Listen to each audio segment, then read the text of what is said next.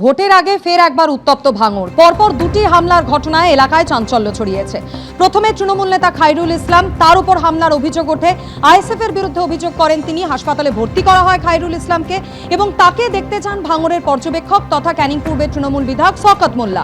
হাসপাতাল থেকে ফেরার পথে পোলের হাটে শওকত মোল্লার উপর ফের একবার হামলার অভিযোগ ওঠে।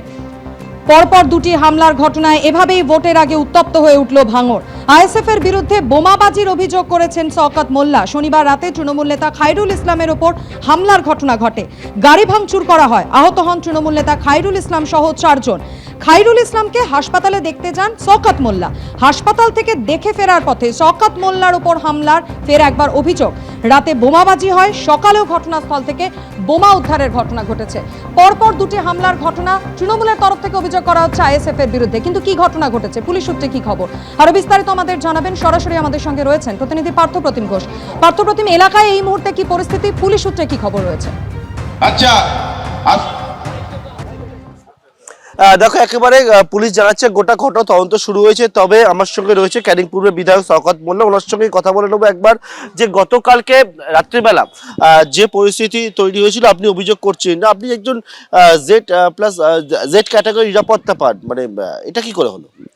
দেখুন, গতকাল যখন সন্ধ্যায় আমাদের পঞ্চায়েত সমিতির কর্মাধ্যক্ষ খয়রুল ইসলামের উপরে লাইট অফ করে সে যখন মিটিং করছিল, লাইট অফ করে তার উপরে প্রাণঘাতী হামলা হয়। এই ঘটনায় প্রায় 4 জন আহত হয়। তাদের যখন জিরানগাছা হসপিটালে নিয়ে যায়, আমি সেখানে যাই। তারপর ওদেরকে হসপিটালে কলকাতায় বাউন হসপিটালে পাঠিয়ে দিয়ে আমি ওখান থেকে রাত তখন 10:30 নাগাদ আমি পোলেরহাট থানায় পৌঁছাই। পোলেরহাট থানা পৌঁছানোর পরে ওখানে এফআইআর করে রাত 11:30 নাগাদ আমি যখন ফিরছি, থানা থেকে ঠিক 500 মিটার দূরে হঠাৎ আমার গাড়ি লক্ষ্য করে সেখানে বোমা ছোড়া হয়, গুলিও চালানো হয়। আমার গাড়িটা এগিয়ে গেলেও পিছনের গাড়িতে বোমা বা গুলি লাগে। আমরা সঙ্গে সঙ্গে গাড়ির সিটের পাশে আমরা নিজেরা সেভ হই, নিরাপদভাবে সেখানে থাকি। ওখান থেকে ফোন করি পুলিশ আসে এবং পুলিশ আসার পরে সেখান থেকে আরও 2-3টে লাইভ বোমা সেখান থেকে উদ্ধার করে। আসলে আইএসএফ আশ্রিত সমাজ বিরোধী। আপনি যে কথা বলছেন সেটা একেবারে কার্যত ফিল্মি কায়দায়, মানে এটা হলো কেন? মানে এরকম নির্বাচন আসলেই ভাঙড় বারবার উত্তপ্ত হয়ে ওঠে, এই হামলার কথা বলছেন। একেবারে ফিল্মি কায়দা আপনি যেটা বলছেন যে চারিদিক থেকে ঘিরে আপনাকে দুদিকে ফাঁকা মাঠ এবং বোমা গুলি চার্জ করা। দেখুন, এটা এই মুহূর্তে ভাঙড়ের যিনি বিধায়ক তিনি হচ্ছে মরিয়া, ক্ষমতা দখলে মরিয়া। তাতে করে ভাঙড়ের রক্ত ঝরুক, ভাঙড়ের রক্তে ভেসে যাক, তার কোনো সেক্ষেত্রে কোনো তার অসুবিধা নেই। একেবারে সম্পূর্ণ এটা নওশাদ সিদ্দিকীর মদতে পরিকল্পনা করে ওখানে আমাদের উপরে এই গুলি এবং বোমা চালানো হয় এবং সেখান থেকে পরবর্তীকালে বোমা উদ্ধার হয় এবং সেখান থেকে 1 কিলোমিটার দূরে। তারপরেও আমি যে খবর পাচ্ছি সেখানেও একটা বেশ কিছু সমাজবিরোধী সেখানে ঘাঁটি নিয়েছিল, সেখানেও থেকে প্রায় 7খানা বোমা, আমি এখনো যেটা খবর পাচ্ছি সংবাদ মাধ্যমের মধ্য দিয়ে, যে 7খানা বোমা উদ্ধার করা হয়েছে। আপনার নিরাপত্তা রক্ষীরা সেই সময় কি করছিল? আপনি কি মনে করছেন এটাকে প্রাণে মারার জন্য চেষ্টা করা হয়েছে? নিশ্চিতভাবে আমি তো একটু অবাক হচ্ছি যে আমি যেখানে জেড ক্যাটাগরি নিরাপত্তা পাই, এত বড় ঔদ্ধত্য কাদের যে সেখানেও আমাদের উপরে হামলা চালানো হলো। আমি রাজ্যের মাননীয় মন্ত্রী, স্বরাষ্ট্রমন্ত্রী, মুখ্যমন্ত্রী দিদিকে অনুরোধ করব যে অবিলম্বে এই ঘটনার পূর্ণাঙ্গ তদন্ত করা এবং এর পিছনে কে বা কারা আছে তাদেরকে খুঁজে বের করা। আমাদের উপরে এই ধরনের আপনার নিরাপত্তা রক্ষীরা তো সঙ্গে ছিল, সঙ্গে ওরা নামে, নামার সঙ্গে ওরা তখন পালিয়ে যায়, সঙ্গে নেমেছে এবং চতুর্দিক থেকে তখন খবর পাওয়ার পরে লোকজন চলে আসে। আমরা এই ঘটনার তীব্র নিন্দা করছি। এভাবে বোম মেরে গুলি করে আমাদেরকে রোখা যাবে না। এইরকম পরিস্থিতির জন্য ভাঙড়কে কলকাতা পুলিশের অধীনে নিয়ে আসা হলো। তার পরবর্তীকালেও এই যে সাহসটা, এটা হচ্ছে কিভাবে? দেখুন, একই কায়দায় 2023-2024 ক্ষমতা দখলের চেষ্টা হয়েছিল, পারেনি। ঠিক সেইভাবে আবার 2024কে সামনে রেখে এই সমাজবিরোধী খুনি নওশাদ সিদ্দিকী তার মদতে এই ঘটনা ঘটছে। আমরা কলকাতা পুলিশকে অনুরোধ করব, বিশেষ করে কমিশনার অফ পুলিশ, আমি অনুরোধ করব এই ঘটনার পুঙ্খানুপুঙ্খানু তদন্ত আমি চাই এবং এই ঘটনার প্রতিবাদে আগামীকাল বেলা 3টের সময় আমরা পোলেরহাট 2-এ একটা প্রতিবাদ মিছিলের ডাক দিয়েছি। হাজার মানুষ সেই প্রতিবাদ মিছিলে অংশগ্রহণ। বোমা গুলি এগুলো কি এখনো মজুদ রয়েছে? নিশ্চিতভাবে যখন আমরা থানাতে আছি তখনও বেশ কয়েকটা বোম পড়ছে, আমি অবাক হয়ে যাচ্ছি। যখন আমরা প্রেস মিট করছি থানাতে বেরিয়ে, তখনও দেখলাম সাইটের গ্রাম থেকে সেখানে বোমের আওয়াজ হচ্ছে। পুলিশ থানা আমার সামনে দাঁড়িয়ে আছে, ডাইনে বাঁয়ে দাঁড়িয়ে আছে। বলে এটাকে ভাঙড় কি সন্ত্রাসের রাজত্ব করতে চাইছে আইএসএফ? পুলিশের ভূমিকা কি তাহলে? দেখুন, পুলিশকে আমরা বলেছি, পুলিশ চেষ্টা করছে।